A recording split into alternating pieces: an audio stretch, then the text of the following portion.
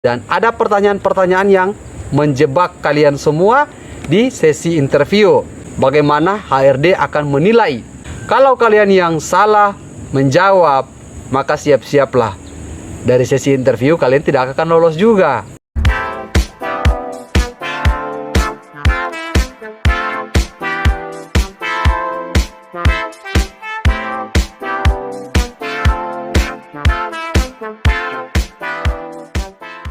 Assalamualaikum warahmatullahi wabarakatuh. Apa kabar teman-teman semua? Halo, saya selalu berharap kalian ini selalu sehat, diberikan banyak rezeki serta kesempatan agar memiliki kesempatan melamar pekerjaan di PT IWIB. Kemarin itu sudah banyak yang bertanya kepada saya tentang pembuatan surat lamaran kerja di PT IWIB. Yang bagus itu seperti apa, Pak? Apakah kita harus tulis tangan ataukah kita harus ketik komputer? Di sini juga saya mau kasih tahu untuk kalian semua. Tentu untuk kategori dua surat lamaran, yang ini dan yang ini, tentu itu ada perbedaannya, Pak. Tentu memiliki nilai tersendiri. Jadi saya harap kalian harus simak baik-baik. Dan jangan lupa support channel YouTube saya dengan cara subscribe, agar saya lebih semangat lagi hadirkan informasi untuk kalian semua. Sekarang kita bahas untuk surat lamaran yang ketik komputer. Oke, kalau yang ketik komputer ini memang terlihat rapi. Itu sangat rapi dan bagus. Bisa digunakan di hampir semua perusahaan. Tetapi kalau kita yang ketik komputer juga ini harus kita ketahui dulu. Mulai dari penyusunan berkasnya itu seperti apa. Lampirannya itu seperti apa.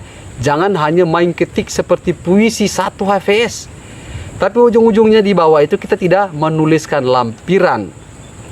Jadi nanti kalau untuk lampiran, kalian itu bisa cek, sebenarnya ada video yang sudah saya buatkan kemarin. Itu sudah lengkap saya buatkan. Di sini saya hanya mau menjelaskan perbedaannya.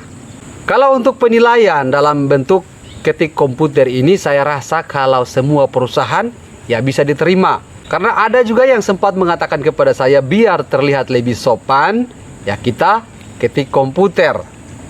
Oke. Kalau itu saya katakan, ya bagus, bisa.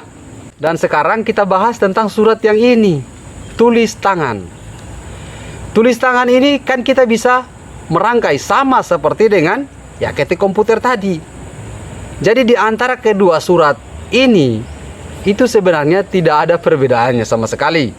Dan sempat juga ada yang bertanya kepada saya, paling bagus itu menggunakan formatnya yang seperti apa, Pak? Oke, saya katakan di sini mau ketik komputer, mau tulis tangan, mau beli di fotokopi itu surat lamaran kerja tetap sama. Jadi kalau yang beli di fotokopi ya seperti ini formatnya. Ya. Ada yang WA kepada saya juga. Tapi seperti itu kira-kira bagaimana ODP Bapak bisa diterima?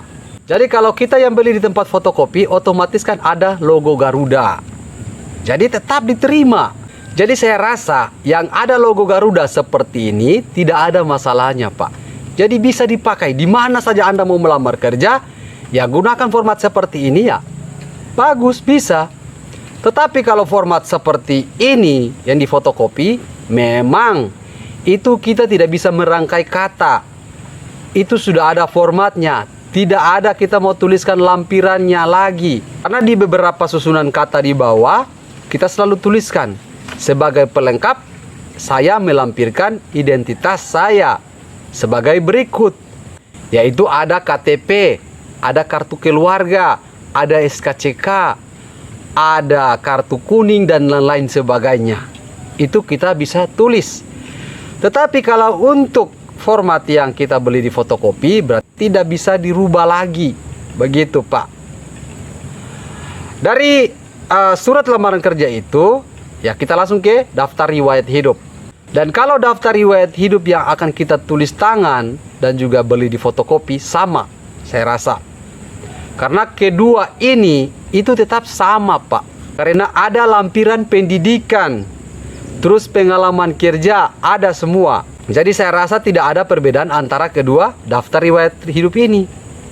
Yang tulis tangan pun tetap sama, yang beli di fotokopi juga tetap sama. Begitu, Pak.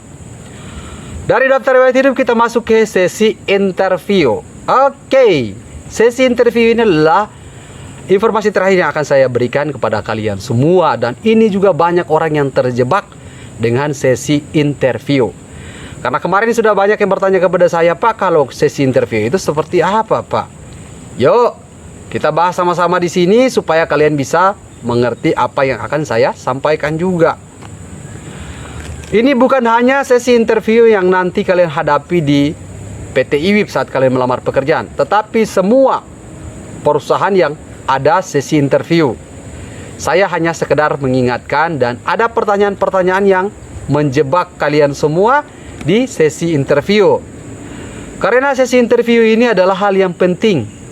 Bagaimana HRD akan menilai kalian semua dari sesi interview ini. Kalau kalian yang salah menjawab, maka siap-siaplah. Dari sesi interview kalian tidak akan lolos juga. Pertanyaan yang selalu datang dari HRD di sesi interview yang saya mau katakan kepada kalian semua, itu yang pertama, apa tujuan Anda melamar pekerjaan di perusahaan ini? Banyak yang mendapatkan pertanyaan seperti itu, mereka katakan, ya untuk menambah pengalaman kerja. Kalau jawaban seperti itu, saya rasa kalau mau cari pengalaman kerja, itu kalian bisa beli pengalaman kerja. Paham kan? Ya. Lantas apa Pak jawabannya? Jawabannya itu, saya datang melamar pekerjaan di perusahaan Anda untuk mencari uang. Itu yang paling jitu jawabannya. Karena di mana-mana kita mau cari kerja saja, tetap ujung-ujungnya cari uang. Yang kedua, itu paling ditanya, berapa gaji yang akan Anda minta? Ya kadang mungkin ada yang bilang, ya terserah mau dibayar berapa saja. Ada juga yang langsung patok untuk gajinya, 6 juta, 7 juta, 8 juta, sampai 10 juta. Apalagi kalau mereka lihat perusahaan sebesar PT IWIB ini, atau perusahaan yang sebesar Harita Group, NHM, dan lain-lain sebagainya. Ya pasti dalam pikiran mereka kemungkinan gaji di perusahaan itu besar. Jadi saya harus meminta lebih tinggi supaya nanti ada pertimbangan. Itu menurut saya salah. Jadi yang perlu kalian jawab di sini adalah saya tetap mengikuti standar dari ijazah saya, standar pekerjaan saya akan dapatkan di mana, ya saya tetap ikuti gaji yang diberlakukan di situ. Jika ke depan nanti ada perkembangan gaji atau perkembangan upgrade jabatan dan lain-lain sebagainya, tetap saya juga akan mengikuti ya gaji saya dan juga standar gaji yang diberlakukan oleh PT ini yang sementara Bapak atau Ibu pimpin. Nah, itu jawaban yang paling tepat. Jangan kita langsung patok gaji, Pak. Karena kebanyakan ini ada yang ijazah sarjana dan lain-lain sebagainya. Boleh kalian patok gaji, tetapi kalian juga harus melihat kemampuan kalian sampai di mana. Kalau ijazah sarjana yang masuk di pertambangan non skill, tetap kalian harus jawab saja, saya mengikuti prosedur gaji yang akan ditetapkan kepada saya. Saya mau diposisikan kemana, ya mengikuti gaji yang ada di situ. Ada juga nanti pertanyaan yang selalu dilontarkan kepada kita. Dalam waktu 1 sampai dengan 2 tahun ke depan, target Anda itu bekerja di sini apa?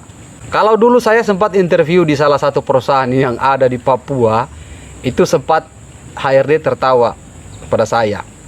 Saya katakan saya 1 sampai 2 tahun ke depan itu akan selalu berusaha kumpul uang sebanyak mungkin supaya nanti bisa membantu orang tua saya, membantu ada saudara saya dan lainnya yang membutuhkan saya. Seperti itu. Karena tujuan saya datang kerja di sini, merantau dari kampung itu jauh-jauh datang ke Papua ini, ya tujuan saya cari uang.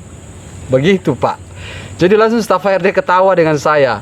Dia katakan, ya betul juga Pak ya. Iya, saya katakan seperti itu. Dan nanti ketika staf HRD itu melihat pengalaman kerja kalian yang sudah kalian tuliskan, saya hanya bisa berharap kalian itu bisa mempertanggungjawabkan hal tersebut. Karena dulu itu saya sempat itu heboh di dalam kantor, ya perusahaan yang saya melamar dulu. Mereka lihat kan pengalaman kerja saya itu sebagai seorang announcer. yaitu penyiar radio. Jadi mereka mulai bawa saya dari dalam kantor itu sampai ke kantor sebelah. Anda bayangkan saja, di depan banyak orang itu mereka suruh saya menyiar radio. Waduh, itu sangat parah sebenarnya. Kalau mental kalian yang tidak kuat berarti akan grogi. Dan saya disuruh menyiar di dalam ruangan kantor tersebut. Jadi banyak sekali orang itu berkumpul lihat saya mempraktekkan siaran di radio. Saya rasa informasi saya cukup hari ini. Jangan lupa support channel YouTube saya dengan cara subscribe agar saya lebih semangat lagi hadirkan informasi untuk kalian semua. Sampai ketemu di video saya selanjutnya. Salam, sampai jumpa. Bye bye.